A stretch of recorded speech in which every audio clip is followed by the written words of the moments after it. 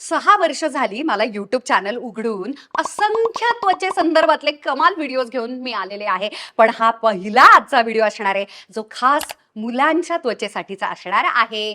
Main skin care मध्ये तुम्ही दाढी करत असाल, एकदम क्लीन शेव, किंवा तुम्हाला अप्रतिम बियर्ड ठेवायला जरी आवडत असेल, तुम्हाला अजिबात पैसे घालवायला आवडत नाहीत, पण तुम्हाला उत्तम त्वचा ठेवायला आवडते, तुमच्याकडे अजिबातच वेळ नाहीये लांबच्या लांब स्किन केअर रुटीन फॉलो करायला, पण तरी सुद्धा तुकतुकीत त्वचा कोणाला नकोय, तर तुमच्यासाठी हा व्हिडिओ आहे. कारण असंख्य कमाल टिपांनी आणि ऍक्च्युअल प्रॉडक्ट रेकमेंडेशन्स आणि स्किन केअर रुटीन न भरलेला हा व्हिडिओ शेवटपर्यंत पाहत राहा. नंबर 1, सगळ्यात महत्त्वाचं म्हणजे मुली जे त्वचेसाठी करतात जे स्किन केअर रुटीन आहे ते पुरुषांच्या स्किन केअर रुटीन पेक्षा वेगळं असायला पाहिजे का? स्किन केअर मध्ये जेंडर असतं का? त्याचं उत्तर हो पण आहे आणि नाही पण आहे. थोडंसं कॉम्प्लिकेटेड आहे. हो असण्याचं कारण स्किन केअरला अजिबातच जेंडर नसतो, त्यामुळे त्या संदर्भातलं रुटीन आणि प्रॉडक्ट्स बहुतांश प्रमाणामध्ये सारखेच आहेत. आणि नाही कारण स्त्रियांची त्वचा आणि पुरुषांची त्वचा थोडीशी वेगळी आहे.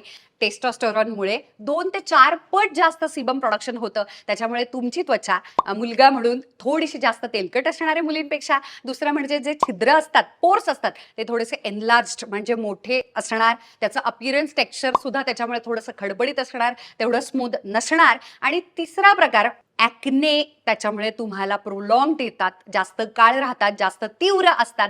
हा मोठा फरक स्त्रियांच्या त्वचेपेक्षा पुरुषांच्या त्वचेमध्ये आहे, म्हणून थोडेसे बदल आहेत. नंबर 2, आता मला लक्षात आलेलं आहे की मुलांना अजिबातच वेळ घालवायला आवडत नाही. जे जे पटकन सोयीचं आहे तेवढं ते लावतात, ज्याच्यामध्ये एकच कुठची तरी गोष्ट असेल की ज्याच्यामध्ये सगळं आहे. त्याचं कारणच असं की मुली प्रत्यक्षात स्किन केअर करणं, त्याच्यानंतर मेकअप करणं, तेच खूप एन्जॉय करतात मुली. पण पुरुषांचं तसं नसतं. म्हणून सकाळी सकाळी आपल्याला लावायचं आहे FMS, फेस वॉश, मॉइश्चरायझर आणि सनस्क्रीन. That's it. आणि कसं ते पण सांगते. आपण रात्रभर अप्रतिम छान झोपतो आणि त्याच्यामुळे सकाळी उठल्या उठल्या आपली त्वचा ऑलरेडी छान असते, सुरक्षित असते. उलट अतिशय नॅचरल ऑइल आपल्या त्वचेवरती आलेलं असतं आणि त्याच्यामुळे ते घालवून टाकण्याची अजिबातच गरज नाही. त्यामुळे हार्श फेस वॉश न वापरता सकाळी सकाळी आपल्याला वापरायचं आहे जेंटल माइल्ड फेस वॉश.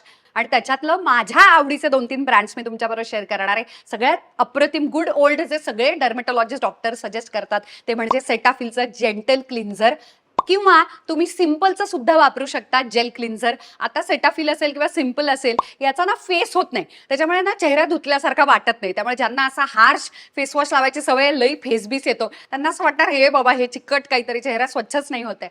तर असं समजू नका, चेहरा अप्रतिम क्लीन होत असतो, फक्त तो माइल्ड असतो, सौम्य असतो आणि तो फील येत नाही फेस येत नसल्यामुळे. पण तेच आपल्याला सकाळी सकाळी करायचं आहे. नॅचरल ऑइल्स जर स्ट्रिप झाल्या, म्हणजे फेस वॉश नंतर जर चेहरा असा ताणल्यासारखा वाटत असेल, तर याचा अर्थ तुमची त्वचा लवकरच प्रचंड ड्राय होणार, डल होणार. अशी त्वचा खूप लवकर टॅन पण होते आणि त्याच्यामुळे ऑफकोर्स त्याच्या एजिंगमध्ये आणि रिंकल्समध्ये सुद्धा त्याचं कन्व्हर्जन फास्ट होतं. तिसरं मला सध्याच अतिशय आवडायला लागलेलं आहे आणि ते फेस वॉश म्हणजे सेराव्हीचं.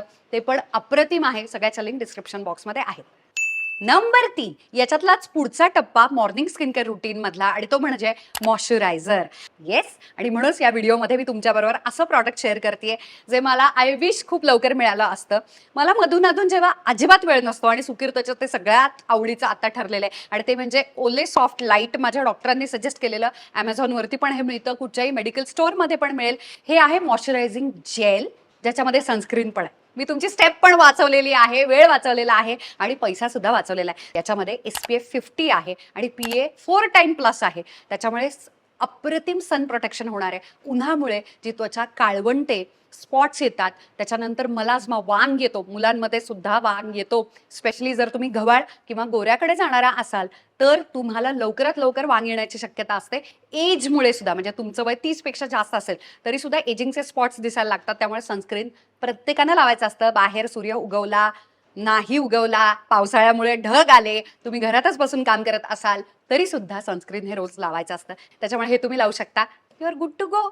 पुढचा मुद्दा डिस्कस करण्याच्या आधी मुलींना मुलांच्या फॅशनमध्ये कोणत्या कोणत्या गोष्टी खूप जास्त अट्रॅक्टिव्ह वाटतात याचा मी व्हिडिओ ऑलरेडी केलेला आहे, तो माझ्या डोक्यावरती आहे. हा व्हिडिओ बघितल्यानंतर लगेचच तो व्हिडिओ डिस्क्रिप्शन बॉक्समध्ये पण त्याची लिंक आहे, बघायला विसरू नका. आणि दर शुक्रवारी वेगवेगळे मुलांसाठीचे आणि मुलींसाठीचे पण व्हिडिओज घेऊन मी येत असते. पुढचा विषय असणार आहे मेन्स ग्रूमिंग विषयीचा, परफ्युम्स विषयीचा, स्टायलिंग विषयीचा, आणि त्याच्यामुळे सबस्क्राईब करायला अजिबात विसरू नका.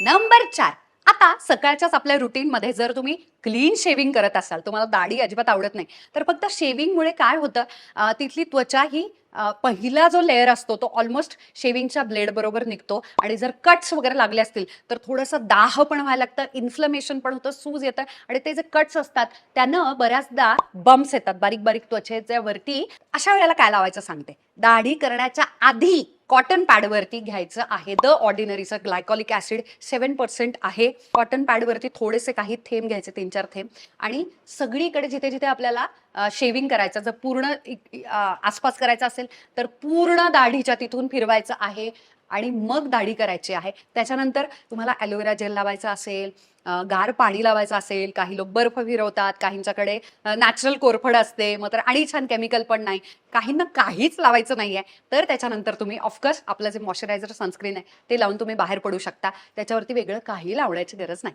नंबर 5, आता रात्री झोपताना काय लावायचं. आपण दमून भागून येतो, प्रत्येकाला आता सध्याच्या काळामध्ये धावपळीचा स्ट्रेस हा आहेच, आणि ऑफकोर्स प्रदूषण आणि हवा तर म्हणजे काय रे देवा.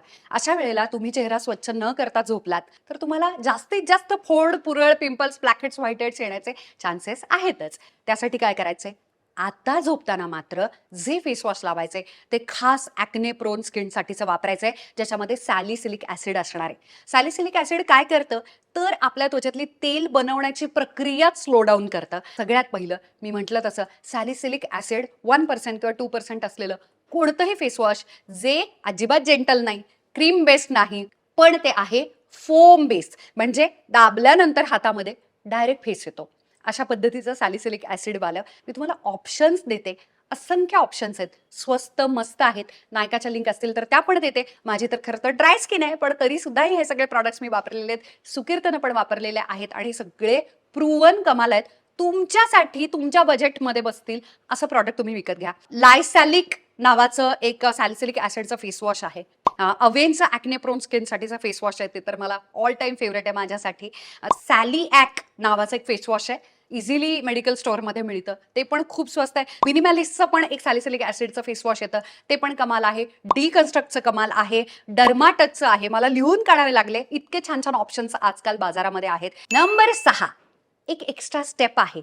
आपला चेहरा सॅलिसिलिक ॲसिड असलेल्या फेस वॉशनं धुतल्यानंतर दुसरी एक स्टेप आहे जी रात्रीच्या वेळी मी तुम्हाला एक्स्ट्रा देते, आणि ती म्हणजे एक मॅजिकल इन्ग्रेडियंट, आणि ते म्हणजे रेटिनॉल. स्त्रियांनी जसं रेटिनॉल इन्क्लूड करायला पाहिजे त्यांच्या रात्रीच्या स्किन केअर रुटीनमध्ये, तसंच पुरुषांनी पण केलं तर खूप कमाल. कारण की पुरुषांच्या त्वचेला ऑलरेडी स्किनचं टेक्स्चर हे थोडंसं हार्श असतं, आणि स्किन टेक्स्चर सुधारण्यासाठी, तो ग्लो येण्यासाठी, अँटी एजिंगसाठी, कारण की मसल्स जास्त असतात, एक्सप्रेशन्स लाईन्स जास्त हेवी स्ट्रॉंग दिसतात पुरुषांमध्ये स्त्रियांच्या पेक्षा, आणि म्हणूनच हायपर पिगमेंटेशन, टॅनिंग, टेक्स्चर त्वचेचं सुधारणं, पोत सुधारणं, छान उजळ त्वचा करण्यासाठी, आणि तो जो ग्लो आहे ना क्लीन त्वचेचा, तो जर तुम्हाला हवा असेल तर तुमच्यासाठीची अतिशय महत्त्वाची एक स्टेप आहे, आणि ती म्हणजे रेटिनॉल. त्यासाठी आता गंमत असे ना, काही काही रेटिनॉल जे खरंच खूप इफेक्टिव्ह आहेत ते खरंच खूप महाग आहेत, आणि त्याच्यामधलं आहे मुराडचं कमाल रेटिनॉल आहे, पण भयानक महाग आहे, मी समजू शकते. अजून एक आहे जे माझ्या डॉक्टरांनी सजेस्ट केलेलं मध्यंतरीच्या काळात, आणि त्यांना मला खूप कमाल रिझल्ट आला, आणि ते म्हणजे सेसेडर्माचं हायड्रोक्विन जेल नावाचं आहे, पण हे दोन्ही महाग आहेत. हाच एकमेव त्यांचा तोटा आहे. थोडंसं अफोर्डेबल रेंजमधलं रेटिनॉल जर मला सांगावंसं वाटलंच तर मी सांगेन की बी मिनिमॅलिस्टचं 2% रेटिनॉल आहे, ज्याचं नाव आहे ग्रॅनॅक्टिव्ह. ते पण छान आहे, बिगिनर लेवलला तुम्ही सुरुवात करा. तर आपल्याला मॉइश्चरायझर लावायचं आहे, त्याच्यामुळे छोटीशी स्टेप आहे मधली, आणि त्यासाठी अजून एक अफोर्डेबल रेंजमधलं म्हणजे फॉक्सटेलचं रेटिनॉलचं नाईट सिरम आहे. हे सगळे माइल्ड आणि बिगिनर फ्रेंडली रेटिनॉल मी तुम्हाला सांगते आहे. तुमची सुरुवात होणार आहे अँटी एजिंगच्या स्किन केअर रुटीनकडे, पण ही खूप आवश्यक अशी ही स्टेप आहे. Number 7, night cream. Exfoliating salicylic ॲसिडचं स्ट्रॉंग फोड येऊ नयेत यासाठीचं फेस वॉश लावलेलं आहे. त्वचा स्वच्छ केलेली आहे झोपण्याच्या आधी. त्याच्यानंतर आपण एक अप्रतिम गुणकारी इफेक्टिव्ह असं रेटिनॉल पण लावलेलं आहे. झोपताना त्वचा हायड्रेट करायला पाहिजे, कारण की रेटिनॉलनं त्वचा थोडीशी ड्राय होते, आणि म्हणूनच त्यासाठीच्या उत्तम माझ्या आवडीचं ऑइली स्किनसाठीचं जे मी सुकीर्तला पण नेहमी देत असते, आणि ते म्हणजे एक्सेलाचं अप्रतिम मॉइश्चरायझर आहे. नॉन कॉमेडोजेनिक आहे, ते लावल्यानंतर अजिबात फोड येत नाही, पण तरी भरपूर हायड्रेशन होतं. दुसरं सेराव्हीचं अप्रतिम मॉइश्चरायझर आहे. आणि तिसरं जे आहे ते तर म्हणजे सगळ्यात स्वस्त, सगळ्या औषधांच्या दुकानामध्ये अप्रतिम असं मिळतं, इमोलिनचं. एवढी मोठी ट्यूब येते, मोठीच्या मोठी, इतकी थंडगार आहे आणि प्रत्येकाला इमोलिनचं मॉइश्चरायझर सूट होतं. मला आजतागत असं कोणी भेटलेलं नाही ज्यांना सांगितलंय हे आम्हाला न सूट झालेलं मॉइश्चरायझर आहे. अप्रतिम मॉइश्चरायझर आहे, ते तुम्ही लावा. ह्या 3 स्टेपमध्ये आपलं night skin care routine complete होणार आहे. नंबर 8. खरं तर आपलं स्किन केअर रुटीन संपलेलं आहे. मॉर्निंगमध्ये फक्त 2 स्टेप्स आहेत आणि नाईट स्किन केअर रुटीनमध्ये फक्त 3 स्टेप्स आहेत. परंतु इंटरनेटवरती खूप सारी इन्फॉर्मेशन असल्यामुळे नक्की काय विकत घेऊ कळत नाही. तुमच्या गर्लफ्रेंड्स, बायको, बहीण, मैत्रिणी सगळ्याजणी अनेकविध सिरम्स वगैरे वापरत असतील. त्याच्यामुळे तुम्हाला पण जरा सिरम वापरायचा मोह झाला आणि तुम्हाला बिगिनर लेवलला तुम्हाला असं वाटेल, अरे मॉइश्चरायझर, सनस्क्रीन आणि फेसवॉश तर आम्ही ऑलरेडी लावतो, आम्हाला काहीतरी ॲडव्हान्स लेवलचं पाहिजे. तर नक्की कोणत्या स्किन केअरसाठीचं उत्तम सिरम आहे जे सगळ्या पुरुषांच्या स्किनसाठी अप्रतिम सूट होतं, तर ते म्हणजे एक नायसिनेमाइड आणि दुसरं विटॅमिन सी. ऑर्डिनरीचं अप्रतिम आहे, प्लमचं अप्रतिम नायसिनेमाइड सिरम आहे. त्यानं काय होतं सांगते. नायसिनेमाइडनं तुमचं स्किन बॅरियर म्हणजे त्वचेचा पोत खूप कमाल होतो आणि टेक्स्चर उत्तम राहणं ही आजकाल सध्याच्या काळामध्ये सगळ्यांचीच गरज आहे. मी म्हटलं तसं सिबम प्रोडक्शन जास्त असतं, त्याच्यामुळे ऑलरेडी खड्डे, डार्क सर्कल्स पण वाढतात. अशा सगळ्या वेळेला नायसिनेमाइड तुम्हाला तुमचा पीएच बॅलन्स ठेवण्यासाठी, ऑइल कंट्रोलसाठी आणि स्किन बॅरियर चांगलं राहण्यासाठी, टेक्स्चर सुधारण्यासाठी अप्रतिम आहे. आता विटॅमिन सीचा उपयोग कशासाठी होता. दुसरं अप्रतिम मॅजिकल सिरम आणि ते म्हणजे विटॅमिन सी. आपल्या भारतामध्ये आपण स्पेशली मुलांना, पुरुषांना तर दरवेळी स्कार्फच घातलाय, दरवेळी टोपीच आहे, दरवेळी सगळं प्रोटेक्शन आहे, असं होत नाही. अशा वेळेला प्रोटेक्शन म्हणजे तुमचं सनस्क्रीन असणार आहे आणि रिपेअर करण्यासाठी जे झालेलं टॅनिंग आहे त्याच्यासाठी असणार आहे विटॅमिन सी. तो ओव्हरऑल जो टॅन आहे ना, मलाज्मा असेल किंवा छोटे छोटे डार्क स्पॉट्स असतील आणि मी म्हटलं तसं की एक ओव्हरऑल ग्लो खूप चांगला येतो, तो म्हणजे विटॅमिन सी मुळे. Number 9, mask. आता मुलांनी कोणते मास्क लावायचे. मुलांना एकतर ऑलरेडी अजिबात डेली स्किन केअर रुटीन पाळता येत नाही. आठवड्याला एकदा मास्क सुद्धा त्यांच्यासाठी खूप अवघड जाणार आहे, याची मला संपूर्ण कल्पना आहे. आणि मी तुम्हाला सांगते, मास्क जास्तीत जास्त प्रमाणामध्ये अजिबात काम करत नाहीत. खूप कमी बाजारामध्ये मास्क आहेत आणि म्हणूनच ते भयानक महाग आहेत. पण आहे ना, मी माझ्या अनुभवातून मी हे तुमच्याबरोबर शेअर करते. उगाचच काहीतरी सांगायचं म्हणून मी सांगत नाहीये. आठवड्याला मास्क न लावणे हेच मी पण करायचे.